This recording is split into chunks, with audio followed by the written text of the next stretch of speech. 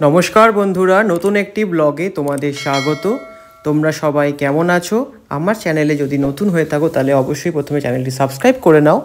আমরা সপরিবারে পৌঁছে গিয়েছি ভাটপাড়া সাব পোস্ট অফিসে, কারণ গত 28শে ফেব্রুয়ারি আমার সোনাকার কর্মজীবনের শেষ দিন ছিল, মানে রিটায়ারমেন্টের একটা অনুষ্ঠান অ্যারেঞ্জ করেছিল ভাটপাড়া পোস্ট অফিসে সমস্ত কর্মীবৃন্দ মিলে। ঘড়ির কাঁটায় তখন বাজে ঠিক সন্ধ্যে 5:30। The stage is ready for the programme. দীর্ঘ 30 বছরের এই কর্মজীবনের শেষ দিনে দাঁড়িয়ে প্রত্যেক মানুষের সেই প্রথম দিন মানে জয়নিং ডেটের কথা মনে পড়ে। আর এই সফল কর্মজীবনের কিছু কথা, কিছু স্মৃতি আমরা তুলে ধরবো সোনাকার জন্য।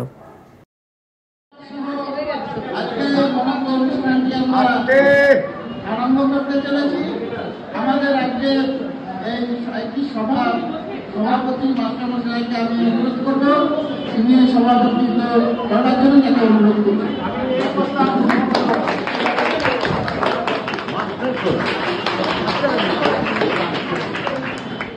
প্রত্যেককে এগোতে হবে, একদিন সবাইকে বিদায় দিতে হবে কর্মস্থান থেকে।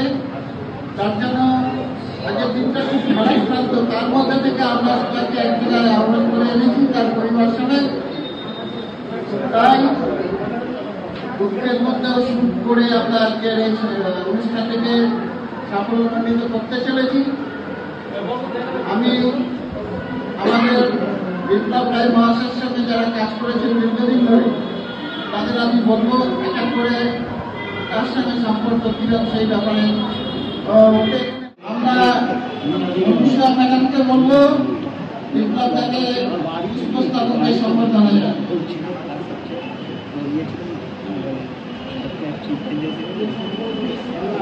বিপ্লব তাকে জানাবেন।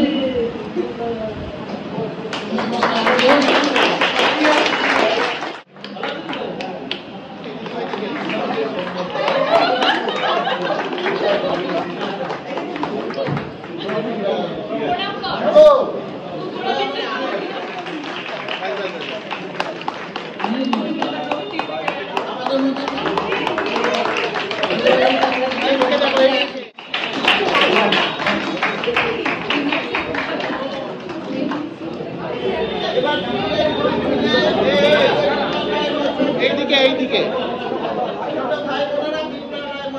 দাঁড়া দাঁড়া দাঁড়া একটু একটু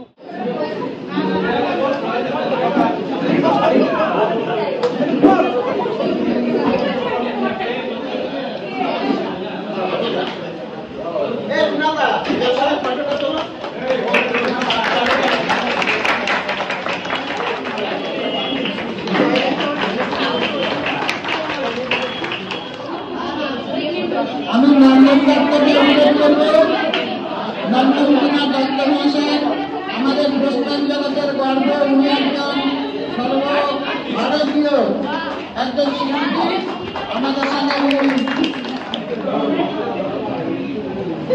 জীবনে গ্রীষ্মে লিখবে। এত দীর্ঘদিন যে চাকরি করে দেয়, লেখালেখির সময় পাই। আমি ছবি আঁকার পাশাপাশি সময় পেলে একটু লেখা যেন সবাইকে একটা পেন দিকে না, সেও যাতে লেখে। আমি ওকে পেয়েছি 2 বছর, আমি এখন সময় পাই। চাকরি জীবনে যেটুকু সময় পেতাম এখন পাই না, এবং চাকরি জীবনে আমারও এইভাবে কেয়ারের থাকতে বিশ্ব মানে তত্ত্বাবধানে হয়ে দিল। বিশ্ব যেহেতু আছে, সবার কেয়ারের তো সমানভাবে হয় না।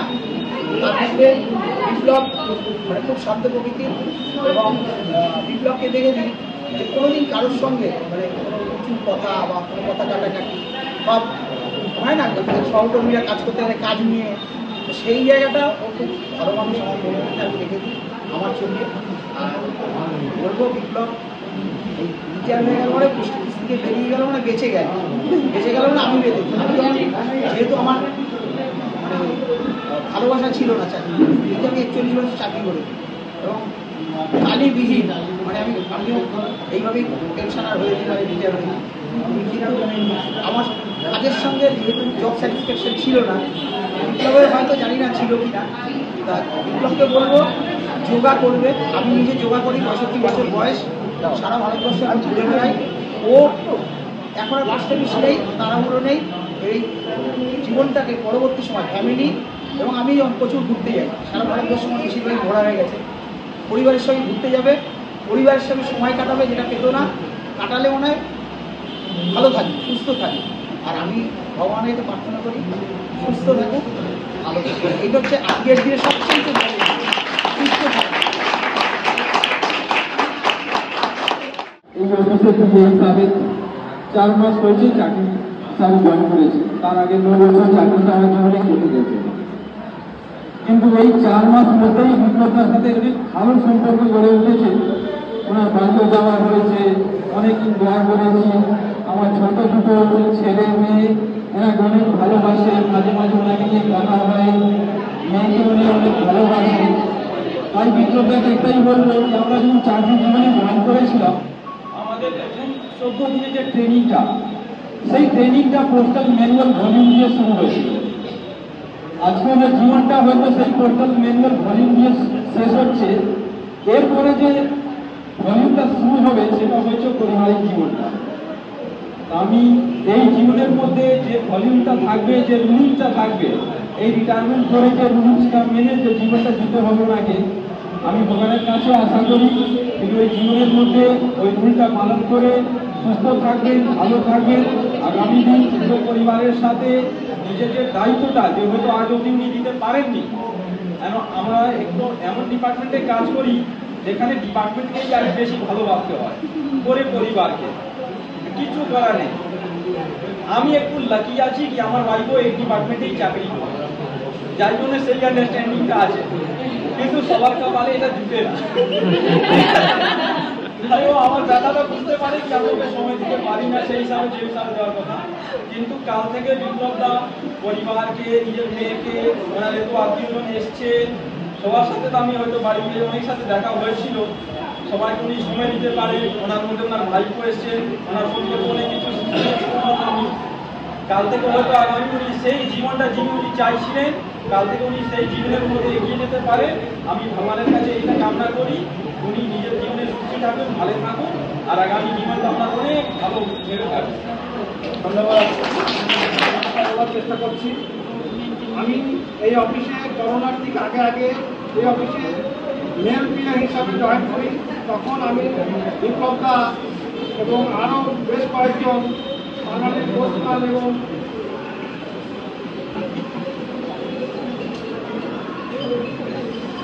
অন্যান্য সমস্ত স্টাফের সঙ্গে আমি কাজ শুরু করি। কিন্তু আমি সব থেকে বেশি যেটা কথাটা বলবো, আমি যেহেতু মেল পিএ হিসাবে কাজ করতাম, সেই জন্য বিপ্লবদা প্লাস যে সমস্ত পোস্টম্যান বা ডেলিভারি সংক্রান্ত কাজে যুক্ত ছিলেন তাদের সঙ্গে আমার অঙ্গাঙ্গিভাবে সম্পর্ক গড়ে উঠেছিল। বিপ্লবদা কাজকে এতটা ভালোবাসতেন এবং এতটা যত্ন সহকারে কাজ করতেন যে ওনার ডেলিভারি স্কিমে আমি কোনোদিন ভুল করতে পারতাম না। এটা আমার সব থেকে ভালো লাগতো। এছাড়া বিপ্লবদাকে আমি বলতাম, আপনি কেন এখানে পড়ে আছেন, আপনার এতদিন সার্ভিস হয়ে গেল, আপনি তো অবশ্যই পরীক্ষা দিয়ে প্রমোশন নিয়ে আপনি পিএ বা আরও উপর থেকে আপনি যেতে পারতেন। তখন উনি আমাকে বলতেন যে দেখো ভাই, আমার এটা পড়ে থাকার অনেক কারণ আছে, আমি একটা ছোটোখাটো ব্যবসাও করি, হয়তো ওই পোস্টগুলোতে কাজ করলে আমি ওই সময়টা হয়তো পাবো না, আমার ব্যবসাটা হয়তো মানতে হবে। আমি তখন ব্যাপারটা বুঝতাম। তাছাড়া এটা আরেকবার বলতাম, বিপ্লবদা আপনি অনেক দূর থেকে আসেন, আপনার তো ডিভিশন অভিজ্ঞতা তো আছে, বেলঘাটে আমরা অন্যান্য সেক্টরে ওখানে তো যেতে পারবো। বললো আমি যাবো না এই জন্য আমি ওই অফিসটাকে এত ভালোবাসি যে আমি যতদিন থাকবো আমি এখান থেকে অবসর নেবো, ওরকম একটা সিদ্ধান্ত নিয়েছি। আর তারপরে বিপ্লবদা তার আমরা কিন্তু বলতাম না যে উনি অফিসকে ভালোবাসেন, প্লাস কাজকে খুব ভালোবাসেন। আজকে উনি এত ভালোবাসতেন, উনি ছুটির জন্য উনি চাইতেন না, উনি অসুস্থ তাও ছুটি নিতেন না। আমি বলতাম আপনি এলটিসি নেন না, বাইরে যান না কেন, আপনি ছুটি নেন? বলুন না, আমার কাজটাই ভালো লাগে। তাছাড়া কত রকম কাজের অবসরে তো কত রকম মানুষ সঙ্গে পারিবারিক সাংসারিক কত পরামর্শ আমাকে দিতেন বা আমাদের ওনাকে দিয়ে দিচ্ছি, উনি দেবে। সঙ্গে হাত দিলাম। মান করতে পারে। মাননীয় শ্রী বিপ্লব কুমার রায় মহাশয়ের অবসরকালীন বিদায় সমারোহ। ওনার কর্মজীবন আরম্ভ হয়েছে 17/11/1995 সালে। অবসর গ্রহণ করলেন 28/2/2025-এ। ভাটপাড়া পোস্ট অফিসের কর্মচারীবৃন্দ বিপ্লবদাকে যে মানপত্র দিলেন সেটা পাঠ করে শোনাচ্ছে। শুধু আপনি আমাদের দীর্ঘ কর্মজীবনের খুব সামান্য সময় সুখ দুঃখ হর্ষ বিষাদের সাথে বহু স্মৃতি বিজড়িত কর্মময় জীবনের লগ্নে আপনাকে বিদায় সম্বর্ধনা জানাতে হচ্ছে। তাই আমরা ব্যথিত বর্ণাহত, আপনার বহুমুখী প্রতিভা আমাদের চলার পথে পাথেয় হয়ে থাকবে।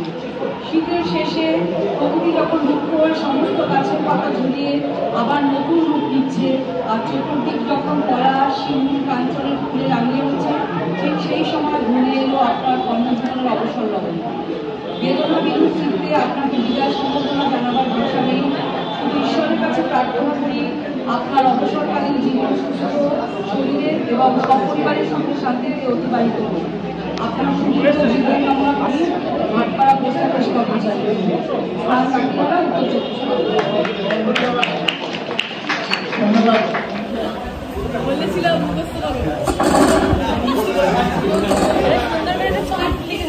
মনে যা আসবে তাই বলতে।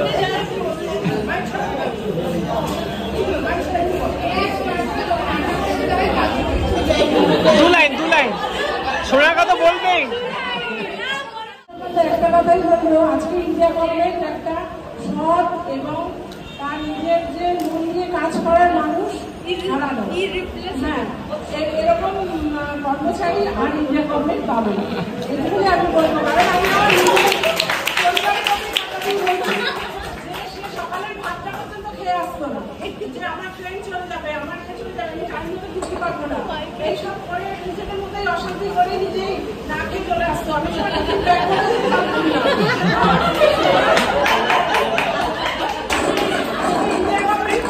কাল থেকে রুটি তরকারি সকালবেলা, কাল থেকে রুটি তরকারি টাইম মতো দিতে হবে।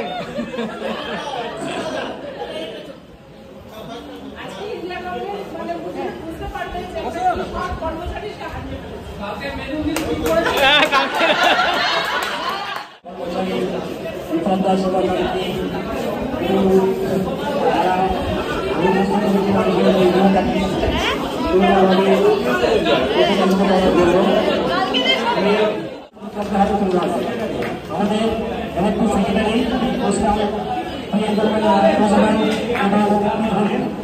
সেটা এই সড়কটা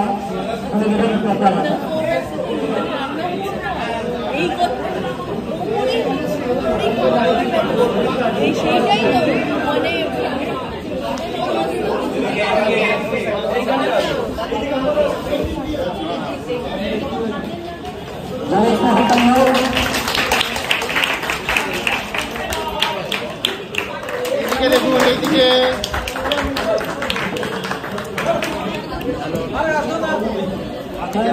এইদিকে দেখ, এইদিকে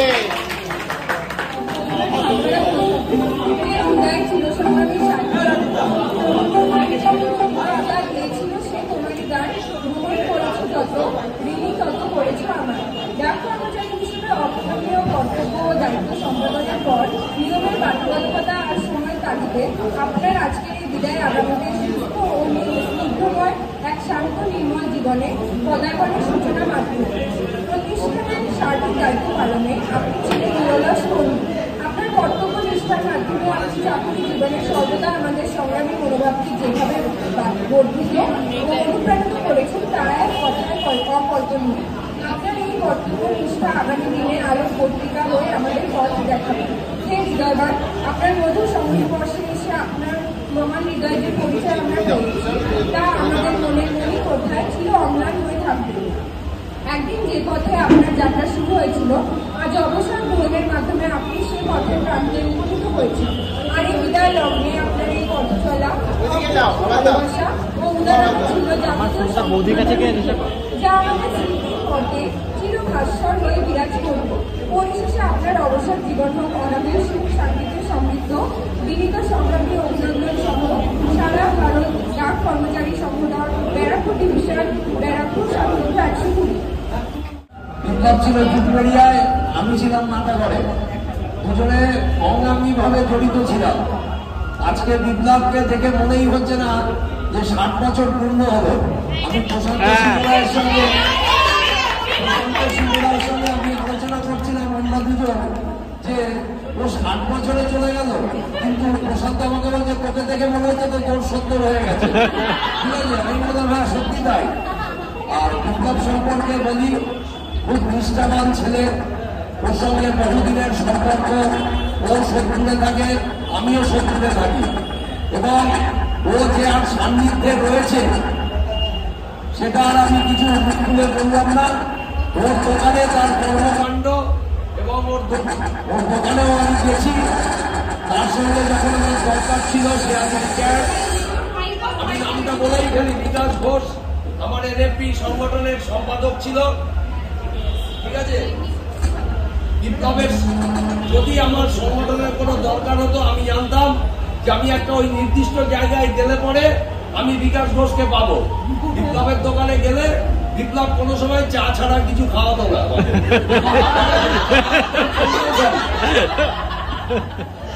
বিপ্লব আমি বৌদির কাছে শুনলাম, আর এই দাদাও বললো ও আজ অব্দি এনটিসি নেয়নি। কেন নেয়নি? একবার নিয়েছে।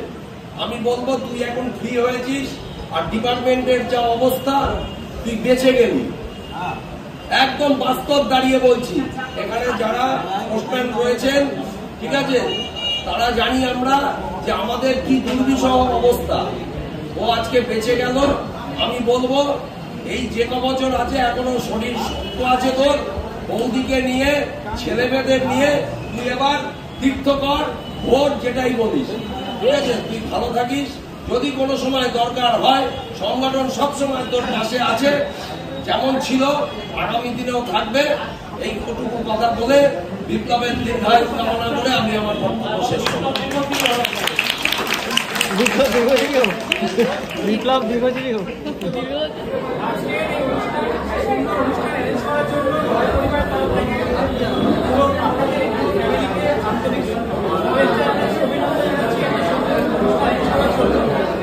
আপনারা কর্মজীবনে আমার বাবাকে পেয়েছেন একটা সৎ নিষ্ঠাবান কর্তব্যবান মানুষ, বাট আমরা পারিবারিক লাইফে ছোট থেকে একটা ফ্রেন্ড, টাকা কোনোগুলো বকা দেয়নি, সমস্ত ব্যাপারে আমাদের হেল্প করে। আর সবচেয়ে বড় কথা, পোস্ট অফিসে টাকা এই মিউচুয়াল ফান্ডের যুগে আমাকে মোটিভেট করেছেন এনএসসি ইএলআই করার জন্য। আমি ভালোই বলছি। তারপরে আমি ক্লাবের ফ্যান, আমি পারিবারিক ব্যাপারটা বলছি। সোনাকার সাথে অফিস করা, আমি কলেজ এখন একসাথে খেলা দেখাটা এনজয় করি। স্কুল ক্লাব করতে যাওয়া সোনাকার সাথে আর্মিকে খেলা দেখা, টিভিতে খেলা দেখা, সব একসাথে এনজয় করি। ডার্বির দিন দুপুরবেলা হাসির সঙ্গে সন্ধ্যাবেলা অবশ্যই ম্যাচ জিততে হবে, সেই একটা হিস্ট্রি থাকে আমাদের মধ্যে। অনেক কিছু আমরা জীবন হয়েছে যেগুলো সোনাকা করেছে, যেমন সিনেমা দেখা, অ্যানাকোন্ডা, সেটাও সোনাকা পাস। আমি আর আমার দাদাকে নিয়ে হাতিয়ে আর আমার সময় হয়নি, তো গেছিলাম ফার্স্ট টাইম। দেন আমি টু হুইলার কোনো শিক্ষকরা ভয় পেতাম। সোনাকা আমাকে বলেছে যে তুই সে পারবি। সোনাকা যখন তার ড্রাইভিং লাইসেন্স রিভিউ করে সেদিন আমার নতুন করে আমার ইস্যু করে, তো দুজনে একসাথেই আমরা সেটা করি। দাদা বলতে বিরিয়ানি ফার্স্ট টাইম সোনাকার সাথে খাওয়া, অনেক কিছু একসাথে হয়েছিল, বলতে গেলে চেঞ্জ হবে না। তবে আমি এটা বলতে চাই, কাল থেকে তুমি সুস্থ থাকো, ভালো থাকো, সুস্থ থাকো, এনজয় করো। মাঝে মাঝে ফ্যামিলির সাথে আসে, আমার বাড়িতে যে ফ্যামিলি আমরা একসাথে থাকি, এখানেও দেখতে পেলাম সবাই একসাথে রয়েছে ফ্যামিলি। তো এই সোনাকাটা সেকেন্ড ফ্যামিলি অবশ্যই ভালো আমার রিটায়ারমেন্ট লাইফ চালু রাখবে। ঠিক আছে, দুটোই সমান এটাই কামনা করি। ধন্যবাদ। সহকর্মী, আমার কন্যা সম সন্তান সম সব আমার সহকর্মীদের অভিবাদন জানিয়ে আমি আমার কথা বলছি।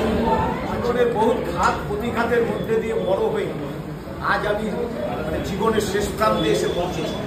জীবনটা যে কী জিনিস আমি সমস্ত স্তরে আমি সেটা বুঝতে পেরেছি।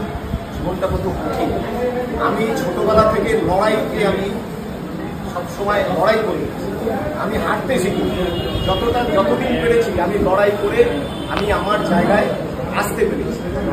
এবং আমি হয়তো কর্মজীবন থেকে বিদায় নিচ্ছি, কিন্তু আমার কষ্ট হবে আমার এই পারিপার্শ্বিক দাদা ভাই বোন আমার কন্যা সহ সন্তান সহ আমার কর্মীদের নিয়ে। এটা আমি খুব মানে কি করবো, ফিল করবো যে ওদের সান্নিধ্যে আমি ছাড়া এত বছর থেকে রয়েছি, এই ওদের সান্নিধ্য ছাড়া আমি কীভাবে থাকবো, এটা আমার কাছে আমাকে খুব আবার আজকে কষ্টটা আমার এই জায়গায়। সবাই ভালো থাকুন। আমার যদি কর্মজীবনে কোনো কাউকে ছোট বড় কথা বলে থাকি, আমি নতমস্তকে প্রণাম জানিয়ে আমি আমার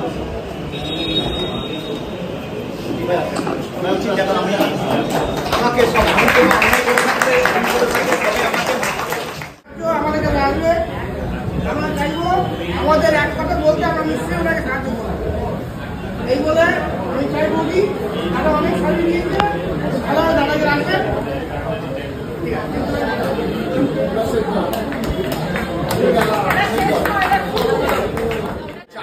চার্জ নেওয়ার জন্য সই করেছিলাম, চার্জ রিপোর্ট যাওয়ার দিন শেষ সিগনেচার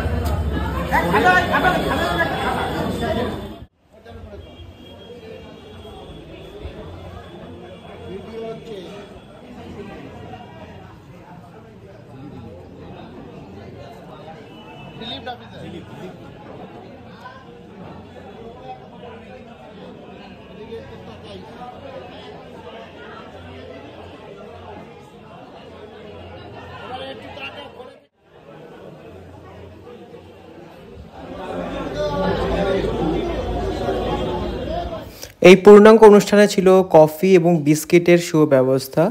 অনুষ্ঠান শেষে আমরা সপরিবারে মা, বড় কাকি, পিয়া, সোনা কাকি, সোনু, আমি, গুড়িয়া সবাই মিলে নিকটবর্তী জগদ্দল উৎসবে পৌঁছে যাই। সেখানে একটা মেলার অ্যারেঞ্জমেন্ট হয়েছিল। শুরুতেই অনেক কিছু দোকানগুলো ঘুরে নিয়ে আর ঝালঝাল ঘুগনি মাখা নিয়ে নিলাম। সবাই মিলে শেয়ার করে খাচ্ছি। 20 টাকা পার প্লেট এবং টেস্ট ওয়াইজ ভীষণ ভালো ছিল এবং আমরা বলাতে আরও স্পাইসি করে আরও সবুজ লঙ্কা, কাঁচা লঙ্কা ছড়িয়ে দিল। দেন আমরা নিয়েছিলাম খোসাওয়ালা যে বাদাম, সেই চিনে বাদাম। বেশ কয়েকদিন ধরেই এই অনুষ্ঠানটি চলছে এবং আজ রাতে মানে সেই দিন রাতে আসার কথা ছিল পৌশালী ব্যানার্জির শো। সেই শো অলরেডি আমি একটা অনুষ্ঠানে গিয়ে এক্সপিরিয়েন্স করেছিলাম বলে আর ওয়েট করলাম না। বাট এই ধরনের অনুষ্ঠানে থাকতে ভীষণ ভালো লাগে। বিভিন্ন খেলার দোকান, বিভিন্ন সামগ্রী, হরেক মাল 10 টাকা থেকে শুরু করে হরেক মাল 15 টাকা, অনেক রকম স্টল ছিল নাগরদোলনা থেকে শুরু করে বাচ্চাদের আমোদ প্রমোদে অনেক রকম ব্যবস্থাপনা। এক জায়গায় পাঁপড় গরম গরম ভেজে দিচ্ছিল, সেই দেখে রথের কথা মনে পড়লো এবং গুড়িয়া আমার দুজনেরই ভীষণ লোভ লাগছিল। দেন এই চলে এলো আমাদের সোপ বাবল বানানোর সেই জিনিস কিনে নিলাম। গুড়িয়া, পিয়া, সোনু, আমি সবাই মিলে একবার ট্রাই করলাম, দেখলাম পিয়া বেশ এই ব্যাপারে এক্সপার্ট। দেন চোখ পড়লো আচারের দোকানের দিকে। বরাবরই আমাদের আচার দোকানে একবার ঢু মারতেই হয়। একবার টেস্ট করে নিয়ে দেন আমরা আবার ফিরে যাব সোনাকাকার পোস্ট অফিসে, পায়ে হাঁটা পথ। সেখানে বসিয়ে খাওয়া দাওয়ার অ্যারেঞ্জমেন্ট ছিল, অনেক রকম ছিল আয়োজন। সেখানে রয়েছিল ফ্রাইড রাইস, সোনাকার special mutton biryani, then chicken chaap, borhani raita, চাটনি, পাঁপড়, রসগোল্লা আর ছিল হাজমালা। ভীষণ দারুণ অ্যারেঞ্জমেন্ট ছিল এবং আমরা সপরিবারে খেতে বসেছি এবং ধীরে ধীরে বাড়ির দিকে এগিয়ে যাব। প্রচুর গিফটস নিয়ে গাড়ি বোঝাই করে বাড়ির দিকে রওনা হচ্ছি। ভিডিওটি তোমাদের কেমন লাগলো অবশ্যই কমেন্ট করে জানিও।